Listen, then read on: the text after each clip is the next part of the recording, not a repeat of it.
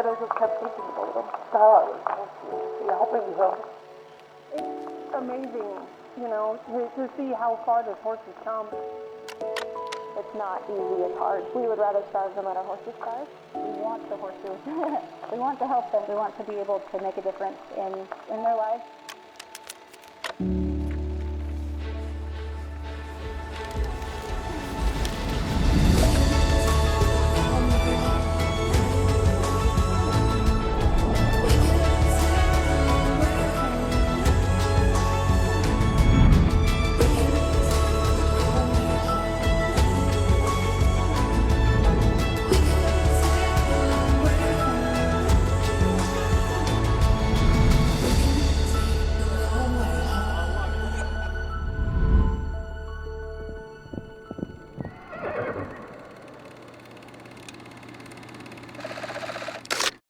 The views and opinions expressed in this presentation are solely those of the presenter and do not necessarily reflect the official policy or position of Horse Plus Humane Society, the Full Circle of Life Network, or any of their employees or management. The information contained in this presentation is for general informational purposes only and does not constitute professional advice. Any reliance you place on such information is strictly at your own risk. We strongly encourage you to conduct your own independent research and seek professional advice as needed.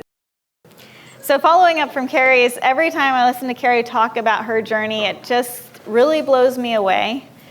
And when you realize that you're putting your life and your organization out there for people, you reach them in ways that you have no idea that you're reaching them.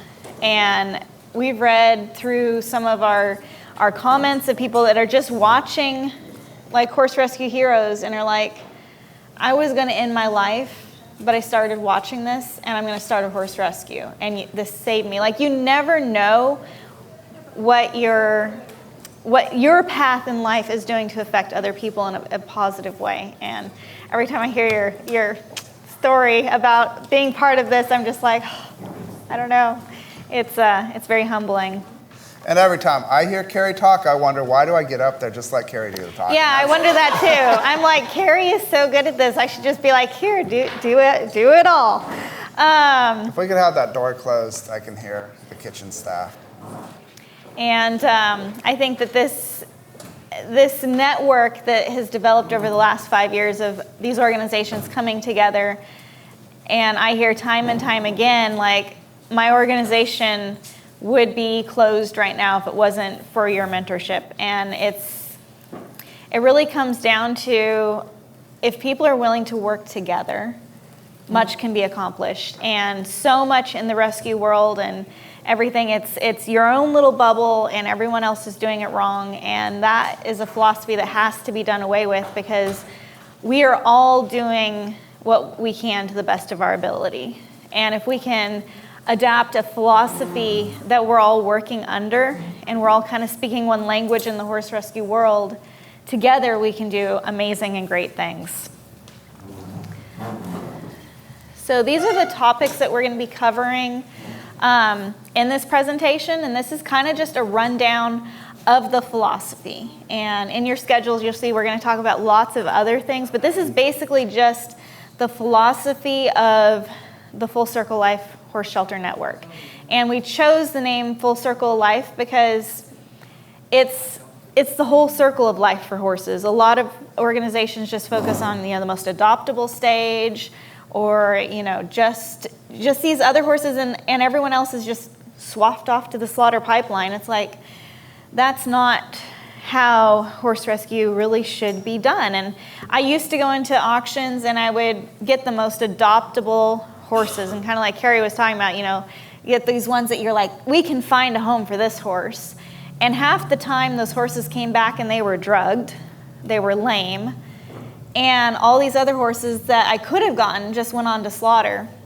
And there was 2 old horses that I was at the auction one time, and one had Cushing's and the other was lame, and they were buddies, and I remember loving on them and being like, well, you're so nice, but there's no way I could find a home for you, but somebody will get you.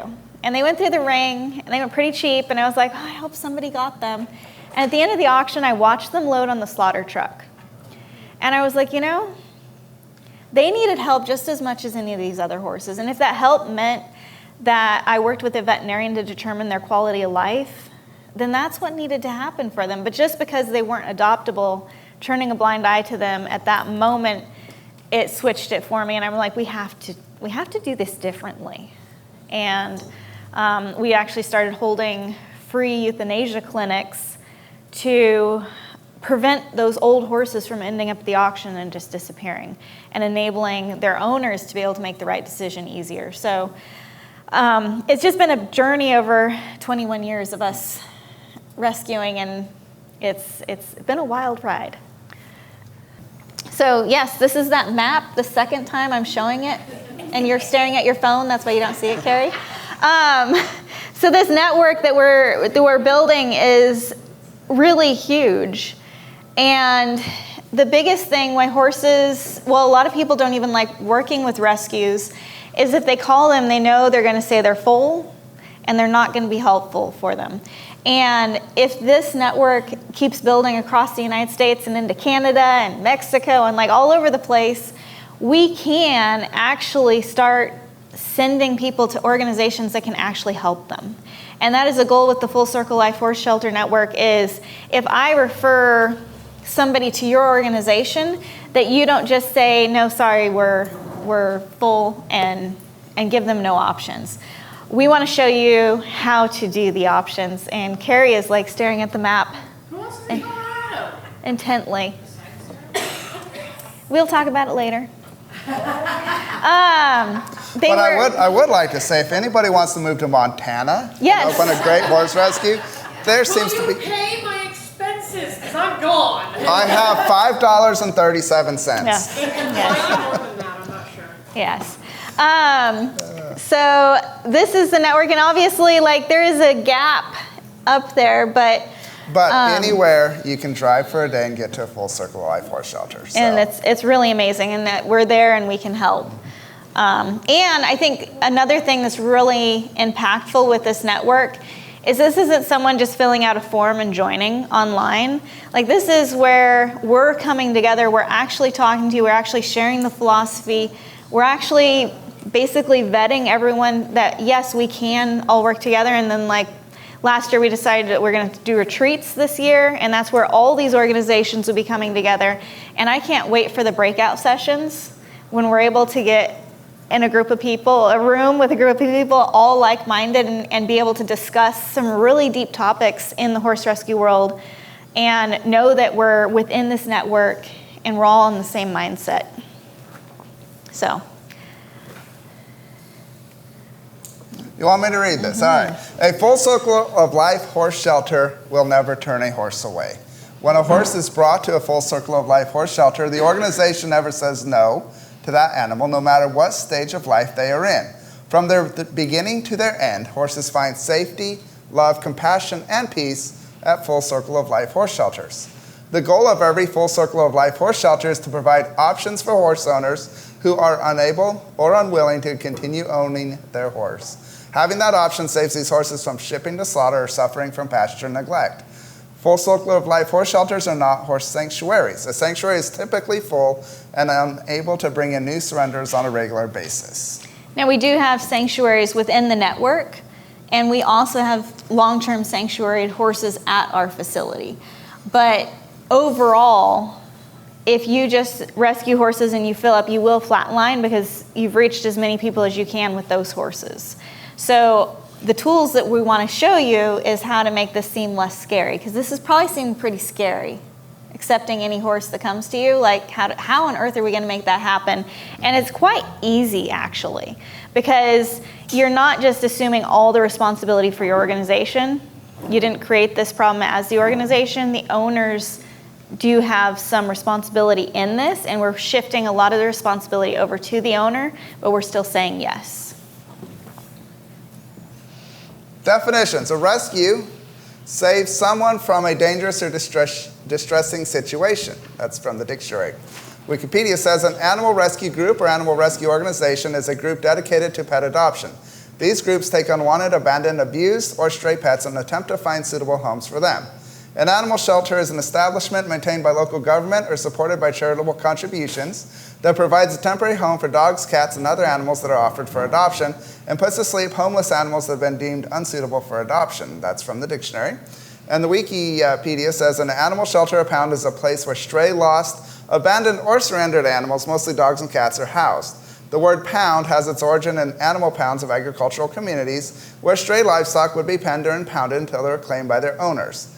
And a sanctuary is an animal sanctuary is a facility where animals are brought to live and to be protected for the rest of their lives. So this philosophy is that we are sheltering these animals. It doesn't put that we have to keep them forever at our facility. We are organizations, we accept these horses, we are networking them out to maybe other organizations like sanctuaries where these horses can go and live, or out to adoption. Or the cool thing with this network across the United States is in California, Tennessee walking horses are like, ooh, that's really cool, a gated horse. Here, a quarter horse is like, ooh, it's a quarter horse, it's not gated. We can move horses within the network to areas where they're more adoptable. And I think it's very interesting that the word pound ultimately came from a livestock situation. So much in our mindset now when we think of animal shelters or pounds, we're thinking of dogs and cats. But it's really bringing it full circle around to that ultimately we're supposed to be helping all the animals. And not everyone can help everything. I mean, the plus in our name is plus every other animal that comes along. It's Horses Plus. But, to be able to, basically in a full circle life horse shelter situation, it's very common to be doing all of these things. Being the sanctuary for some, like if you get sponsors for horses and their funding is there to care for them, then great. Asking your donors when you want to bring another horse into a sanctuary situation, like, hey, we need 20 sponsors for this horse. And then when you're bringing that horse in, that financially it's not going to be a drain on your organization. There's people there covering it. And you can write nice little emails from updates from the horse to the sponsors. There's lots of ways to bring money into your organization. And sanctuaries is just as a whole, they are there, they're stagnant, people stop donating to them, and they fall apart eventually. And that's what we want to prevent. It's not saying that you can't be a sanctuary, but let's try to figure out how to help horses beyond just the sanctuary horses. A limited admission horse shelter picks and chooses which horses come into their organization. They can have a wide variety of criteria when selecting which horses come in.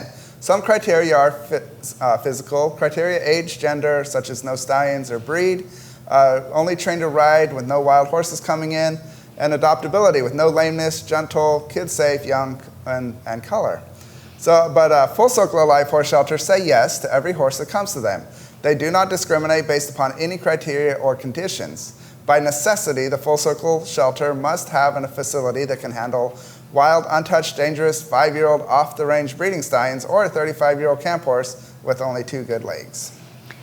And working with that variety of horses, you might not have at your facility the ability to handle a 12-year-old wild stallion, but within your community, there's got to be somewhere that horse could go while it's being evaluated for, maybe it's going to get transferred to another organization. A lot of vet places have livestock handling equipment. Building your own network within your community of knowing what's there, and hey, if I get a horse in this situation, can I bring it to you until we can figure out what to do. And don't say you want them to it's great if they volunteer to let you use it for free, but be like, we're fundraising for the rescue cost of this horse, and what would your facility be for 3 or 4 days while we're transitioning this horse.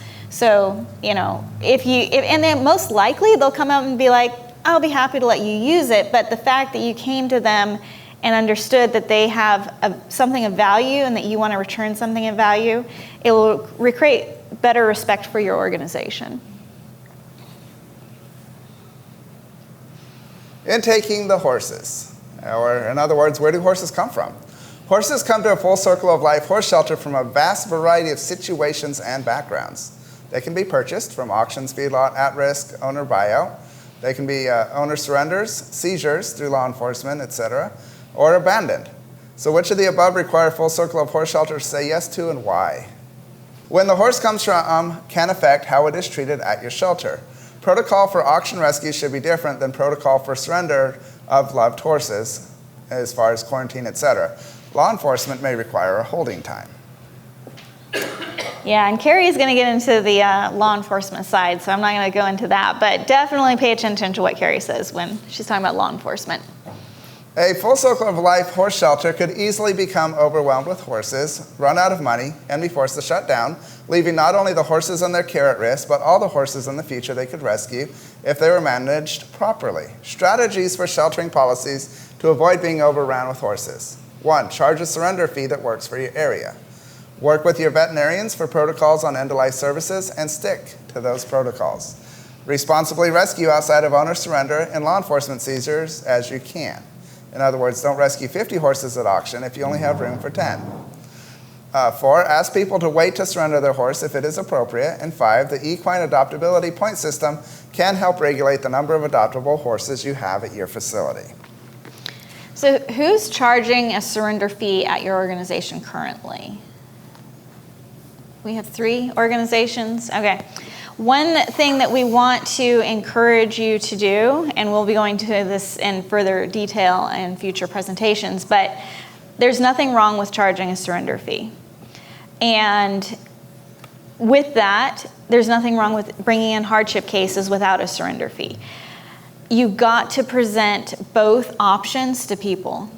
And a lot of times, you might say we need a $500 surrender fee, and the person shows up with a $2,000 check. You could have said, no, sorry, we're full. So we want to work with each one of you to establish what does a surrender fee look like in your area for your cost, so you can say yes. And this is part of the Full Circle Life Horse Shelter Network, is being able to say yes, but having the cost covered by the owner of the horse. It's not your fault that you're constantly getting bombarded with people. I mean, you have a organization that's supposed to be helping horses, but when those people contact you, you're always saying them no, it gets a bad taste in everyone's mouth when it comes to rescue. So creating a surrender fee, based on what the cost is for that horse coming into your organization and saying, yes, we can take it. We do have this surrender fee of, X amount, and explaining what that covers gives the owner the responsibility of, like, if I'm going to do the right thing for this horse, I'm going to need to make a surrender fee donation to this rescue. And that will actually enable you to be able to help more horses. So definitely we're not asking you each as organizations to just take all these horses and say yes to every horse out there for free. It's putting that responsibility back on the owner. Now, if that owner then chooses to take that horse to auction, it goes to slaughter, if you said no, they would have done the same thing. But they had an option. Your organization said yes. These are the conditions that need to happen for us to be able to bring this horse into the organization. And that is really the key to being a Full Circle Life Horse Shelter. If somebody reaches out to you and is like, hey, I've got this horse, he's 35 years old, most rescues will say, sorry, we're full. You know that you already have a set surrender fee for that horse, and that the cost involved with bringing that horse in and having a veterinarian evaluate it and humane euthanasia is already covered by the person surrendering that horse. Gives your organization the ability to be able to help that horse. It also shows your followers when you tell that story that yes, you're an active organization, you're actively out there helping horses. And so that's a huge key, is the surrender fee aspect. And a lot of times, they might be like, there's no way I can afford that. And you say, well, we can put you on a waiting list and bring you in as soon as we possibly can. And half the time, if they're on there for 2 weeks and they get tired of feeding the horse, they just call you up and we're like, well, I don't want to pay board again, so here, I'm going to pay the surrender fee instead. So it's really a key aspect. Working with your veterinarian to establish protocols, we have 2 amazing full-time veterinarians at our facility. They're both going to be coming in here and presenting to you. I think the most frustrating thing for veterinarians is, especially if you don't have a relationship with them, is you reach out as a rescue and you're like, hey, we have this horse. They have no idea where you're coming from. They don't know if you have some donor that's going to spend $20,000 to save this horse, or if you're not going to pay your vet bills. Being open and communicative with your veterinarians is very important. Another aspect with veterinarians is it's their job to advocate for that horse. And if they're telling you this horse needs humane euthanasia, follow your veterinarian's advice. There was an organization that was here last year, and they weren't following their veterinarian's advice. Multiple veterinarians were saying, you really need to put this poor horse down, it's suffering. And they were vet shopping to try to find a vet that would say yes, because they're trying to keep that horse alive for themselves. And it's a hard decision for a veterinarian. Like, we got to the Navajo Nation and we work with lots of young veterinarians that are just, becoming in a huge question in the breakout sessions, discussions with veterinarians is, how do you actually tell an owner that their horse needs euthanasia? And it's something veterinarians struggle with. And so many times in rescue situations, and owners too, when the vet says that, you start trying to downplay that veterinarian's experience. And that's something that part of being within the network is you're following the veterinarian's advice. And sometimes the advice that they give you, your organization might not be able to fulfill financially. And being communicated with those veterinarians on financially, this is what we can do. Just being very upfront with veterinarians is very important. Yeah, so I guess my question is I find when I'll ask the veterinarian a question, there's often concerns with legal or liability from their standpoint, and they're often reticent to not provide me the information that I'm requesting, whether it be, an animal should be euthanized, or whether it's a general health issue in terms of how far we should go for treatment before it's discontinued. So what's your input on a situation like that? It's definitely what you're going to want to hear is from the veterinarians themselves. So when our veterinarians are here speaking on that, if you kind of ask the question again, and a lot of it is, I feel like it comes down to corporate-owned veterinarian clinics. You have veterinarians coming in and working for a corporate entity that they're trying to make sure that they're not going to lose their job if they say XYZ. So one thing that's very important for all of us as rescues to do is to find those veterinarians. Maybe they're mobile clinics, like they're out there on their own trying to run their own business. And those are the ones you really want to support because corporate is sweeping across America, buying up vet clinics and ultimately pushing large animal veterinarians out. So definitely just developing that relationship. But that's an excellent question, and definitely ask it again when the vets are here. Responsibly rescuing, definitely you don't want to over-rescue what your organization can actually care for. Now within this network, especially because there's so many organizations that we're building across the United States and Canada, is we are able to help each other. So if Carrie's like, I've got 100 horses that I need help with, like within that day's drive, we know like, and beyond, like there's organizations that can come together and we can all help. While Carrie was presenting her thing, through my employee message group, they're talking about 100 horse seizure that we might have to do. And having a network where I know like we can bring in 100 horses, but we can also get them out across the United States and get them into homes. Like this is why this network is so important. Like you're not trying to do it all alone yourself. You've got a network that can help you. Carrie spoke about the point system, and it's just a system of being able to look, so much in rescue we get wrapped up emotionally, and it's really good to be able to be like, this horse is suffering from this and this and this and this, and be able to take a pause back and then talk to your vet about it. Like, hey, we've been working with all of these issues with this horse, and then they can see this is a documented thing as well. Outcomes. Where do horses go to? Horses can leave your organization in several ways. adoption, transfer, or passing away, euthanasia, natural death. Adoption, having a strong adoption program is absolutely vital to keeping your numbers low while still being able to rescue horses. For every horse you adopt out, you can rescue one more from slaughter, and you've made a friend/supporter in the community, assuming it was a good placement. Transferring your horse to other organizations that have room is an excellent solution for temporary overcrowding, but should not be relied on for routine sheltering solutions. And then euthanasia versus natural death. A pasture natural death is one of the worst outcomes, as typically horses suffer tremendously before passing away. Unless it is unexpected, such as a stroke, aortic aneurysm, etc., a horse should be humanely euthanized before passing away naturally.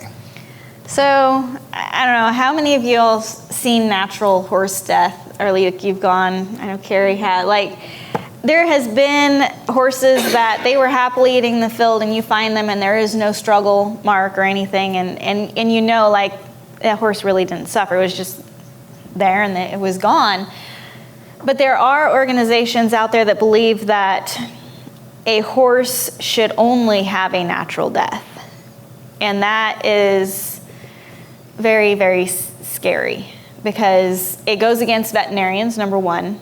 If an animal is down and like dehydrating and like all this stuff, the veterinarian's you need to euthanize it. So it comes back again to following your veterinarian's advice. If you have a downed horse, waiting for days for that horse to die is completely unacceptable. Following your veterinarian's advice, you have a downed horse, you get the veterinarian out there, follow the veterinarian's advice. One thing with horses that go down, there's a lot of studies, and as us as rescuers are like, let's get the sling involved, let's be able to fix this horse. It's down, it's just weak. In most cases, the horse will not ultimately recover. And I know we've had a lot of cases where... Now, if it's something, different, like it's an emergency case, like it's a young horse that was just starved to the point of getting that far down, we've had some success. But if it's an older horse and it's going down on its own naturally, you can pick it up 20 times. And, with those younger horses, like in all the cases that we've had over 21 years, I can really think of just 2 horses that actually, there was a horse and a donkey that actually were okay. One, it was an injury, pretty significant injury, but we knew that's what happened, and we were able to fix that. And then a starvation case on a donkey. We rescued a young draft horse, and he would get down, and we'd help him up, and finally took him to an expert veterinarian that x-rayed his neck, and he had, the way his bones were growing, it was pinching off nerves and connections to his back legs, and it was just gonna get worse. And we could have had him in a sling the rest of his life, and it's not gonna help. So definitely have a group conversation within your organization and include your veterinarian when there is a downed horse, because ultimately, there's a reason they're down. Well, and horses, as we know, is prey animals, and their instinct is if I'm down and I can't get up, I'm going to be eaten. So if they could get up on their own, they would. Mm-hmm. Yeah. And there can be a lot of resources that could help other horses that could go into a horse that ultimately is not going to make it at all. And you have to think of your own mental health as well. Like, we all get wrapped up very much into trying to save a horse, and when you have a horse in the sling, you're constantly caring for that horse, and then ultimately the horse has a serious problem. It's really hard. But if you're in the rescue line of work, you have to be full circle thought-wise of you're me dealing with baby horses getting born, you're also going to be dealing with horses passing on. And being prepared to handle those situations are very important. Euthanasia. The American Association of Equine Practitioners supports euthanasia when that choice is best for the horse and in accordance with the role of the veterinarian as the animal's advocate. The AAEP recommends that the following guidelines be considered in evaluating the need for humane euthanasia of a horse. The attending veterinarian is able to assist in making this determination, especially regarding the degree to which a horse is suffering. Guidelines are listed below to assist in making humane decisions regarding euthanasia of horses. A horse should not have to endure the following: continuous or unmanageable pain from a condition that is chronic and incurable. And I'm going to jump in here. When you have a horse that is in chronic pain, that horse can't tell you the amount of pain that it is. Horses are very, very stoic animals. They will hide that pain as much as possible because they know if some critter came along, they're going to go for them first. So by the time a horse is actually showing you that it's painful, it's really hurting. And to have it on chronic pain, I mean, if you're living in chronic pain and you don't know, like, even if it's an injury that might take a year to heal, is it fair to put that horse through chronic pain and suffering? These are all things you have to think about. And you know, these are AAP guidelines. So these guidelines that are here from veterinarians that have spent tons of research, come together. These are acceptable reasons for euthanasia. Okay. A horse should not have to endure a medical condition or surgical procedure that has a poor prognosis for good quality of life, continuous analgesic medication and or box stall confinement for the relief of pain for the rest of its life, or an unmanageable medical or behavioral condition that renders it a hazard to itself or its handlers. And I like to say to itself or others because it's not just handlers, it's other animals too. And we will talk more about the 5 freedoms. Is anyone familiar with the 5 freedoms? Okay, we have a few people in here. The 5 freedoms is something every horse rescue out there needs to adopt and work with their veterinarian on. But horses that have to live in a box stall, you know, that's not really a good quality of life for a horse.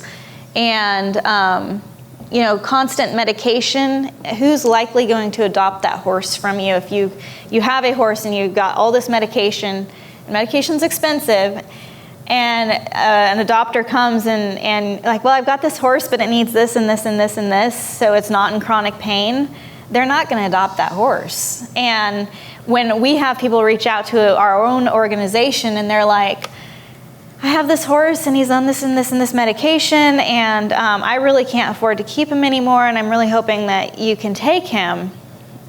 I tell these folks, you are the best person for that horse. You can't expect a stranger to come in and take that responsibility on that you that know that horse for years can't continue. But it's really hard for horse owners to make that decision, and that's why there's thousands and thousands of older horses in the slaughter pipeline that are being brutally killed and tortured in the slaughter pipeline, because horse owners don't want to take that step, that decision. And it's much easier to just give it away on Craigslist or something than make that decision. But as rescuers, we need to be able to educate owners and talk them through situations, because we have to be realistic at the same time. So I finished that page, yeah. Methods, methods of euthanasia. So these are all AAP approved methods, and it's very important, I think, to realize that the American Association of Equine Practitioners has spent volumes of time and research into each method that they approve. One of them is the interthecal, and I worked with one of the veterinarians that was developing that, and it was, I think, like 2010 was when he was developing that, and like the AEP did tons and tons of research before they accepted it and put it in one of their methods. So all their methods are very, very well thought out and researched, and I feel like every one of these methods has a time and place and a situation. I don't think gunshot is a very good option, but if you are 20, 30 miles out in the woods on a horseback ride and your horse breaks its leg, waiting for a veterinarian to drive way out there while your horse's leg is flopping is unacceptable. You want to end suffering.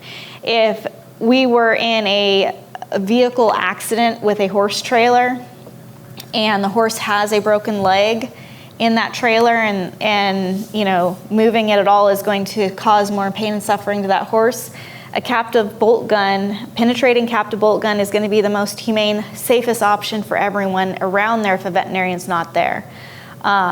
These options are all very, very researched by veterinarians, and we went through and put like the actual cost, because a lot of times when you're talking with veterinarians and things, you don't understand the actual cost of euthanasia.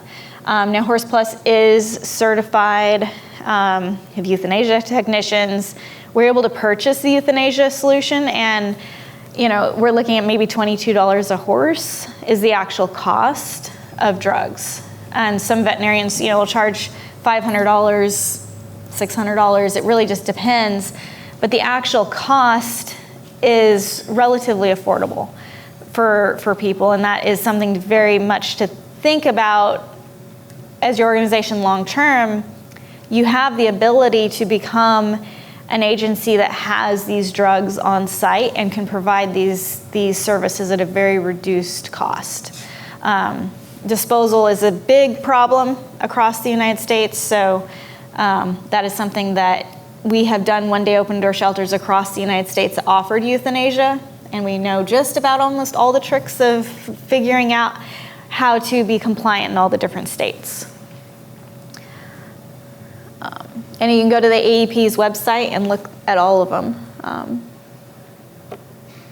Funding a full circle life horse shelter requires careful management of finances and horse sheltering management. The key to a successful full circle of life horse shelter is to charge appropriate and reasonable fees for owner surrenders. This varies greatly based upon geographical location and local resources. Where one vet may charge $100 for euthanasia and adopters are lining up to adopt horses, another vet may charge $1,200 for euthanasia and disposal, and there's not a large horse community welcoming to the concept of adopting. Donations, care bond for law enforcement seizure, these are all sources of support when you bring in horses. Remember, always tell your stories and your donors will support you. So it comes back again to that surrender fee is very important. And I know, I think it's up in New Hampshire with the Hidden Pond Farm, euthanasia is very costly and expensive up there. But there's not as many horses as there are here. And those surrender fees aren't a huge barrier for people. You're still being able to say yes when otherwise you would say no. And the more we can say yes to people, the more of a beacon of hope we are as organizations. Not just, sorry, we're full, and stop talking to them. So here's Carrie's buyout program is now in here as a great way to get horses. But if you do a buyout program like Horse Plus is doing now, just be really certain you've got all your funding figured out. So the buyout program is a great way. Horse Plus is basically once a month we say we'll pay $450 a horse, and we have now a semi truck showed up last month or this month with horses. So you really have to be prepared for the gates to flood open when you give a set price that you're willing to pay for horses.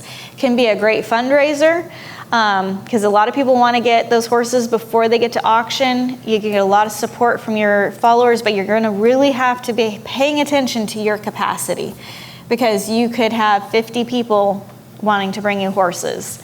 And if your capacity is 10, you're really going to have to say, I can put you on a waiting list. The guy with some of these guys that bring in horses, they're just bringing to us instead of Mexico. And he's like, I can bring you 300 a month. And that's the reality of the slaughter pipeline. And that's where we have to really focus on, we haven't said yet, we'll purchase 300 horses a month, but we will purchase, 40 to 50 a month. And we've been doing that since August. It's definitely a wild rodeo. Auctions are a very good place to be able to get horses prior to them going to slaughter. You're able to intercept them. Kill buyers are very, they're evil, I guess, is what it comes down to. If you're there, they'll be bidding up against you and trying to waste donor dollars. But if you can go in and rescue 2 or 3 horses a month, you'll probably not be a big threat to them. And you can probably get horses really reasonable. I mean, I bought a horse for like $5 at an auction. So, and when you're in that situation where you have that $5 horse at the auction, maybe it's not adoptable at all, but pay that $5, get that horse, and change its life. And then feedlots. With feedlots, you're really enriching kill buyers, and you're giving them more and more money just to go back and rescue more and more horses.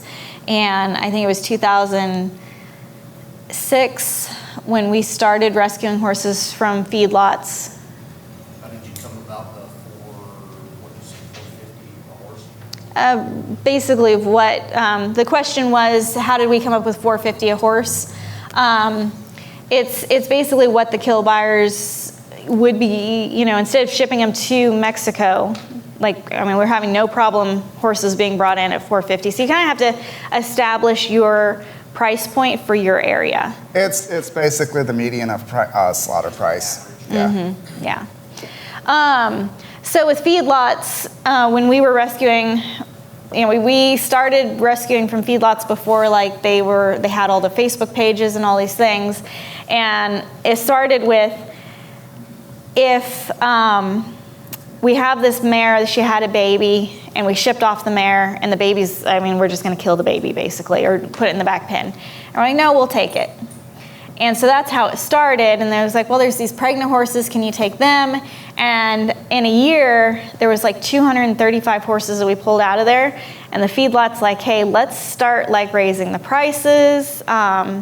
Horses that weren't shippable because they were blind, they were selling as the horse is fine, and they're loading it onto the trailer, acting like it can see, and it really just came down to, are we just going to pour more and more donations into these kill buyers who are asking higher and higher prices, or can we just step back and go to auction and get them before they get them? And that ultimately, and yes, horses that are purchased in feedlot settings are saved, but there are thousands of horses being exported.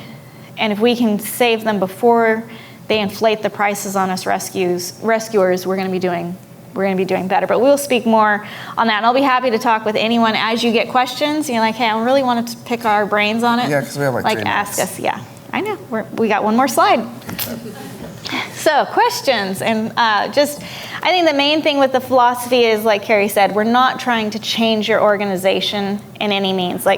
Each organization was founded for a unique, there was some unique story that created your organization. Well, and also in a unique community. Mm-hmm. Colorado is vastly different than Tennessee. What works in Tennessee doesn't always work in Colorado, and vice versa. And if we can come together under a philosophy of let's help all the horses we can and work together, that's what this is about. And being able to say yes and be that instead of a negative thought for people. Well, I reached out to 5 rescues and they all said no. Being well, there was one that said they could help. And even, charging that surrender fee, at least you're saying yes instead of no. So do we have any questions for our remaining 2 minutes? Did it make more sense hearing about the surrender fees coming into this? It's how are we supposed to be open in mission and help all these horses?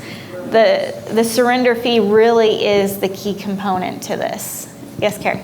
She has a real question. Okay.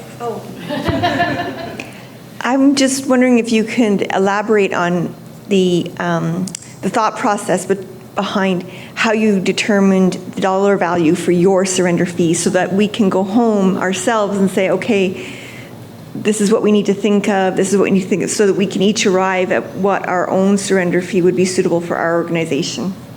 That's an excellent question. I do have another presentation coming up that you'll actually get a handout and you'll each get to fill out the different costs involved with taking a horse into your organization. So that will be something we'll be addressing because you all are very uniquely different situations. And that is one thing I really think that, 10, 15 years ago when presenters were talking to horse rescuers, for one, they didn't have the experience behind them, but they really were coming at this is how it works. And it's not how it works across the United States. It's very, very different from veterinarians to feed to farriers.